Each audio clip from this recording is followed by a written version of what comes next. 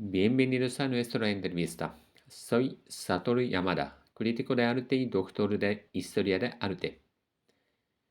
Hoy, el día 26 de abril de 2024, estoy en la sala de exposición de la Real Academia de Bellas Artes de San Fernando. Hoy tenemos suerte de poder entrevistarle al curador de la exposición de Goya. Se llama Víctor Nieto. Muchísimas gracias por venir. A vosotros. Y esta exposición tiene muchos grabados. Es muy impresionante, espectacular. Y primero quiero preguntar cuántos grabados están expuestos. ¿Perdón? ¿Cuántos grabados están expuestos? Bueno, están prácticamente toda la obra de Goya, completa. Es decir, están las 4 series, están Los Caprichos, que fue la primera y la más numerosa, junto con Los Desastres, y luego otra más corta, que es Los Disparates, y luego está la Tauromaquia, que esa ya estaba expuesta antes. Según los datos, 80 grabados de Los Caprichos y 82 obras de Los Desastres de la Guerra, Sí. 33 obras de Tauromaquia y 18 obras de Los Disparates. En total, 213 obras. Sí. Correcto, ¿no? Es que la Academia tiene toda la colección de las planchas. La primera, la de Los Caprichos, la donó el propio pintor a la Academia, cuando al poner a la venta los grabados tuvo algún problema con la Inquisición y lo entregó aquí. Luego los otros han venido de formas distintas, incluso por adquisición, ¿no? Y usted es curador, así que voy a preguntar, ¿qué quería demostrar al público sobre Goya? Sobre todo, ¿de dónde viene el título? Despertar la conciencia. Bueno, hay una característica muy importante que define la personalidad de Goya y que explica el arte de Goya también. Es decir, hasta la época de Goya, en general, los pintores no tenían una proyección de su estado de ánimo, de su estado de conciencia en su pintura.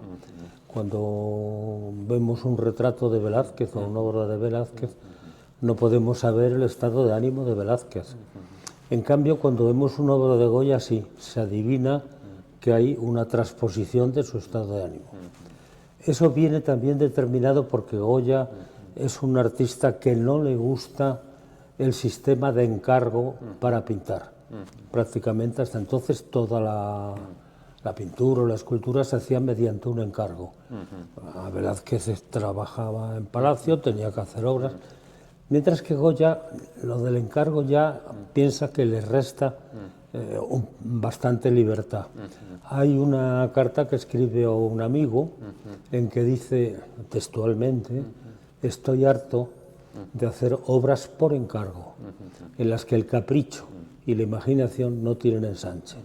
Bien, la serie de Los Caprichos es una serie que hace él por su cuenta y lo va a poner a vender en una librería.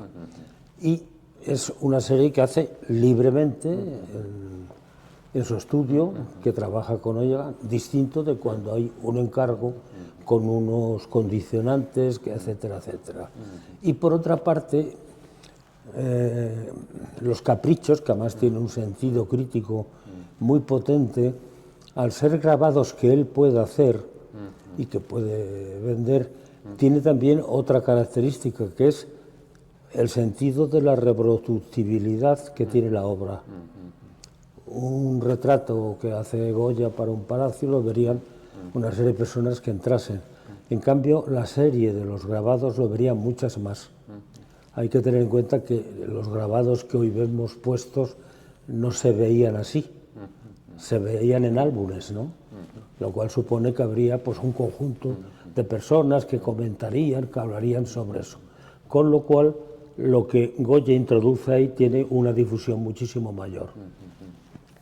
Y otra parte, yo quería preguntar sobre las planchas. Sí. Y parece que todo están restaurados. Sí, las planchas de Goya, toda plancha de grabado, cuando se van haciendo ediciones, sufre mucho porque la presión que ejerce el tórculo sobre la plancha es brutal.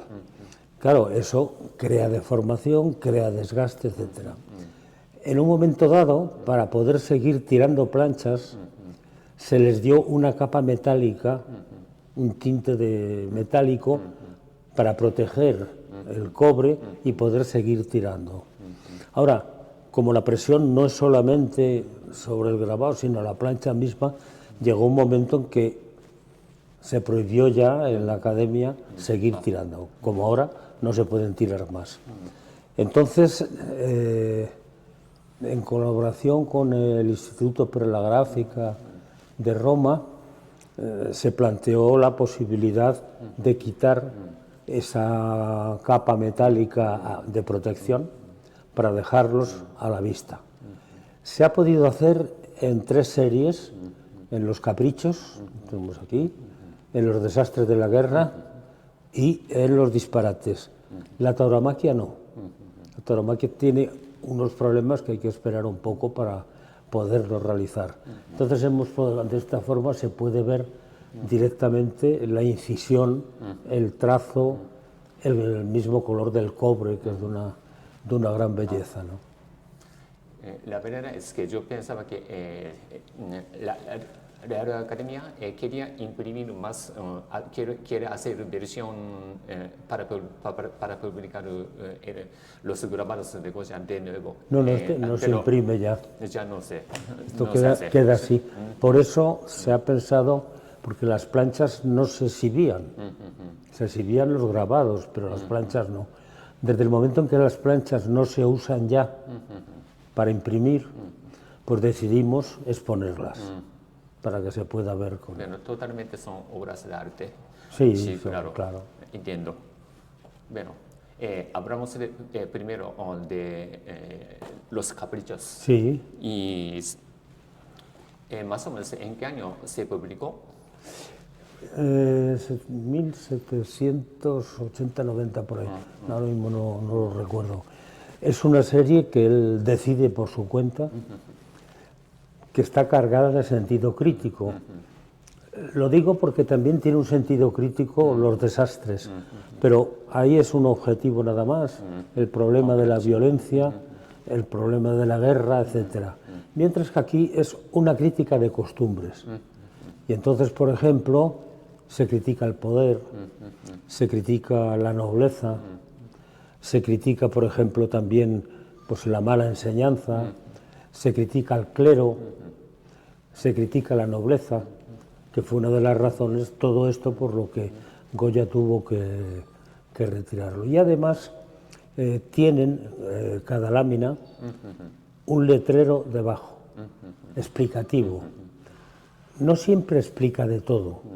Muchas veces son frases, el principio de frases que la gente conocía. O sea, por ejemplo, hay uno que se ve, está en otro lado, unos campesinos que llevan encima, y entonces el texto es, tú que no puedes. Claro, la contestación la conocía la gente, llévame a cuestas, ¿no? Entonces, era también como una forma de participación en... ¿No ha habido, no hubo problema de censura o inquisición o detener la autoridad? Goya tuvo que retirar la venta de las obras cuando los expone por primera vez en una tienda, una librería que estaba cerca de donde el actual edificio Telefónica. Y Goya los retira, según dijo él, me denunciaron a la Santa, o sea, me denunciaron a la Inquisición. Hay que tener en cuenta que la Inquisición se quita, luego se vuelve y ya desaparece. Pero en aquel momento podía tener un problema grave para Goya. Incluso hay también, y en la exposición está un juicio, un auto de fe, un juicio que hace un tribunal de la Inquisición a ciertos personajes, ¿no? Para un ilustrado es inconcebible, claro. Claro. ¿Y Goya realizó los caprichos antes de quedar solo o después de quedar solo? ¿Sí? Goya realizó los caprichos, pero antes de quedar solo o después de... No, Goya le viene, la sordera le afecta mucho. Ahora, se han cargado demasiado las tintas sobre la sordera. Es decir, que la sordera le pudiera hacer más introvertido, bien, pero eso no es la causa de su cambio. Su cambio es un proceso mental y es un proceso plástico y artístico también. Ahora, todo eso pues influye, claro. Pero me pregunto un poco. Cuando se enfermó y cuando pierdo la capacidad de los oídos, ¿ya estaba realizado todas las obras de los caprichos? ¿O no? Él ya tenía un planteamiento de este tipo antes de la sordera, en su pintura, Sí. y en dibujos y demás. Ahora, se acentúa la sordera porque es algo pues anecdótico, pues sí, es un problema que lo destaca, lo narra, lo describe, pero vamos, para mí el problema de Goya es un problema intelectual. Que eso acentúe, sí. Y los caprichos, en la primera parte, el estilo es realismo, pero en segunda parte es un poco surrealismo, ¿no? Y Bueno, en realidad Goya no es nunca un pintor realista. O sea, porque siempre hace una pintura bastante esquemática, suelta. Lo que sí siempre es un pintor atento a la realidad. O sea, a unos fusilamientos, a un juicio, a un problema de tipo social, etc. Entonces, realismo y surrealismo, yo no creo que sea realismo. Que tenga connotaciones con lo real, perfecto. Que el grabado El sueño de la razón produce monstruos con lo imaginativo, indudablemente, ¿no? Es decir, en Goya toda la presión que tiene le lleva muchas veces a lo trascendente, pero siempre es una referencia a lo real. Y eso además se puede ver incluso en grabados que parecen más realistas, tiene siempre un sentido trascendente, ¿no? usted acaba de hablar de El sueño de la razón produce monstruos. Y esta obra tiene la referencia de la obra de Quevedo, porque Quevedo escribió un escrito sobre conversación en el infierno con los demonios, ¿no? Y, Pues sí, puede ser. Yo de todas maneras lo que creo es una propia reflexión de Goya, ¿no? Porque además aquí está puesto con toda la intención el cuadro de Jovellanos, que es un personaje meditando, casi soñando, angustiado, como está Goya en lo otro. Es decir, hay una situación muy compleja en España. Hay también, tengamos en cuenta el trasfondo que hay en Europa, que es la Revolución Francesa, las guerras napoleónicas, todo eso le influye a él. Entonces, claro, para él es un mundo irracional. Goya es un racionalista. Eso es un mundo irracional que cuando desborda la razón, claro, crea monstruos, etcétera, ¿no? No puede haber un mundo irreal si no es superando lo racional, claro. y también hay una parte de brujería, ¿no? En las obras de los caprichos. Político. No, brujería, como brujas. Sí. Bueno, es algo que aparece mucho también en todo el mundo de los ilustrados, ¿no? O sea, como crítica de la superstición, como crítica de un terror popular supuesto, imaginado, o como sueño de la razón, también, ¿no? Allí yo pienso que se ve un poco la influencia de El Bosco, pero ¿usted cómo opina? Yo no creo que haya una influencia directa del Bosco con Goya. Lo que hay en el Bosco fundamentalmente es una aglutinación de elementos simbólicos que vienen de toda la Edad Media. Si nosotros vemos todos los capiteles, etcétera, de la escultura románica, es prácticamente toda simbólica.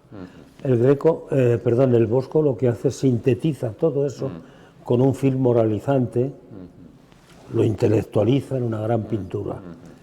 Pero en Goya, por ejemplo, no le preocupa tanto pues, un problema de tipo sexual, es algo mucho más directo, más del momento, más concreto, ¿no? Y no recurre a una simbología, sí a la alegoría, evidente, pero más que el símbolo son alegorías, son referencias de un mundo real. Finalmente, según datos, Goya contribuyó todas las planchas y todas las obras disponibles al rey. Y eso para proteger la invasión de Inquisición o censura. ¿Puede ser? Bueno, yo lo que creo abrir una cosa. Hay obras que indudablemente no serían hechas para un gran público. Tendrían una clientela especial. Y habría una complicidad de Goya con toda esa gente. Es decir, Goya no era el único ilustrado, ni el único personaje crítico. Es decir, no eran obras para la nobleza en general, pero sí para sectores ilustrados, ¿no? Sobre todo, fijémonos que son tamaños pequeños, ¿no? Salvo las que él hace para su casa, como las pinturas negras, que eso ya es otra cosa. Pero este tipo de pintura tendría una complicidad y una comprensión muy fácil de lo que Goya decía. Y pasamos a otro tema, los desastres de la guerra. Sí. Y seguro que todos los españoles saben que los franceses invadieron España. Y sobre los desastres de la guerra, ¿cuándo se publicó? Bueno, se publica ya bastante más tarde, después de la guerra. Lo que sí le quiero decir es una cosa. Los desastres de la guerra vienen surgidos por el impacto de la invasión napoleónica. Pero tenemos que tener en cuenta que la guerra de la independencia que se produce en España es distinta de las guerras tradicionales. Es decir, el ejército francés es un ejército profesional, pero el español hay un ejército profesional, pero hay una población civil que resiste hasta el final, hay una población civil que se levanta y hay una población civil que en el campo ataca. Es decir, es la participación, ahí aparece un tema ya contemporáneo, ¿no? Es decir, la participación, forzada o no, de la población civil en las guerras. Es decir, son unas guerras completamente distintas, que yo creo que es lo que preocupa a Goya. A Goya una lucha entre soldados, pues estaría habituado. Ahora, unos soldados fusilando a unos civiles o unos civiles matando a unos soldados era algo completamente distinto. Porque hay un cambio muy profundo, incluso también en la estrategia militar. Hay un texto de Goethe, en su libro Campaña de Francia y cerco de Maguncia, en que por primera vez ve avanzar la forma como hacen los soldados franceses. Y dice, cuando lo vi, me di cuenta que había empezado una nueva edad de la historia. Es decir, Napoleón crea un nuevo sistema bélico, militar, etc. Pero aquí se produce una participación completamente distinta de un nuevo escenario. Por eso, los desastres de Goya no es una obra contra los franceses y a favor de los españoles. Es un modelo de lucha contra la violencia.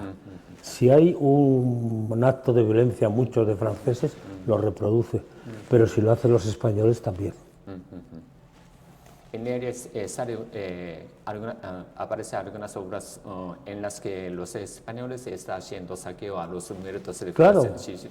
o sea, para Goya el horror no es que los franceses maten españoles, ¿no? Es que unos se maten a otros.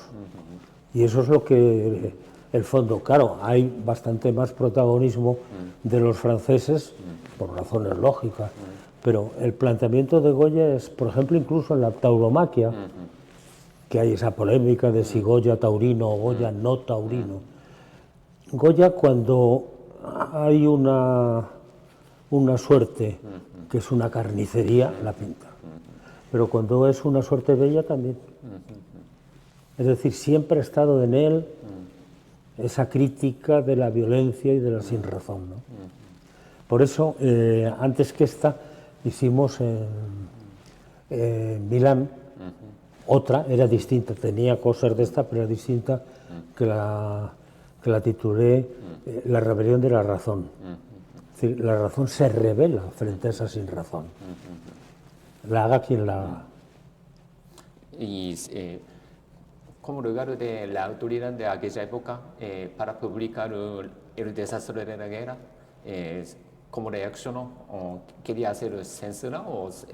Bueno, yo de todas maneras no conozco que se hayan hecho muchos estudios sobre la recepción de estas obras, pero hay que tener una en cuenta. Después de la Guerra de la Independencia, diríamos, el público, la gente, es distinta. Hay un cambio radical entre el antiguo régimen y el nuevo régimen. Es distinto. Por lo pronto, hasta la Guerra de la Independencia, el poder absoluto del rey. A partir de la Guerra de la Independencia ya encontramos que puede haber república, monarquía, etcétera. Empieza el mundo contemporáneo, esa disgregación y esa disparidad. Por lo tanto, claro, tendría recepciones muy distintas. Sobre el desastre de guerra, por ejemplo, Pablo Picasso, Sí. Cuando realizó la obra contra la guerra de la península Corea y Sí. cogió la idea de composición. Sí, es la esa idea de los obra, fusilamientos, sí. Pero parece que Guernica también cogió Sí. desde el desastre de la guerra, yo creo. Bueno, en primer lugar tienen en común que son cuadros de guerra. En segundo lugar, otra cosa que interesa ver, si te das cuenta en los fusilamientos de Goya, vemos el pueblo que está siendo fusilado, pero los soldados franceses no se les ve la cara, es una máquina, porque lo importante es el desastre que está pasando ahí. El Guernica de Picasso tiene fuentes por todos los sitios, ¿no? Sí. Y es evidente que también los fusilamientos, los de la guerra de Corea, tienen relación con los fusilamientos de Goya, por descontado. Ahora, el cuadro de Guernica de Picasso tiene fuentes muy distintas. O sea, por ejemplo, vemos el toro. Yo lo identifico con Picasso, con el propio pintor, que se ha pintado muchas veces como toro. Está colocado como Velázquez pintando un cuadro que no vemos, a la izquierda. Y luego hay un bombardeo que se ve el interior de una casa y el exterior. Y luego está un caballo en el centro. El caballo, si lo vemos en la corrida de toros, es el inocente, el que no tiene defensa ninguna. El torero tiene alguna, el toro tiene otra, pero el caballo ninguna. Y hemos de pensar que en la época en que pinta Picasso el Guernica, los años 30, los caballos que llevaban los picadores no llevaban defensas. Aquello era una carnicería, ¿no? Se abrió las tripas, tenían que coserlos. Es decir, la muerte del inocente, el personaje que no tiene nada que ver y que es sacrificado por un rito de este tipo. Los grabados de Goya influyeron mucho a los artistas posteriores, aparte de Picasso también. Vamos, a Picasso más que la influencia directa de Goya, porque Picasso es un pintor lineal y Goya es un pintor expresivo. Pero claro, la idea del asesinato, la masacre, pues tiene ahí ese precedente ineludible. Y pensemos que además Goya, su idea era que estuviera en el Museo del Prado, o sea, que pensaría que tuviera esa cosa. Ahora, en lo que sí va a haber una influencia directa de Goya, va a ser sobre todo en los años 60 lo que se denomina realismo social, a través de estampas. Por ejemplo, el grupo Estampa Popular, que es de carácter crítico y demás, tiene mucho de Goya, claro. Goya siempre, como testimonio crítico de la violencia, aparece como un modelo.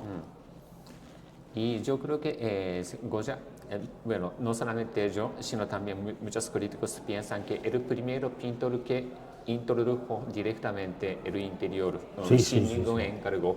Sí, sí, sí, Tal sí, vez no solamente en España, el primer pintor Del que mundo. hace en el mundo. Que hace el mundo y que Seguro. su estado de ánimo se proyecta. Por eso hemos puesto el nacimiento de la conciencia a esta exposición. Entonces, tenemos tiempo limitado. Yo quiero seguir hablando con usted, pero terminamos aquí. Pues Y, subimos si quieres. eh,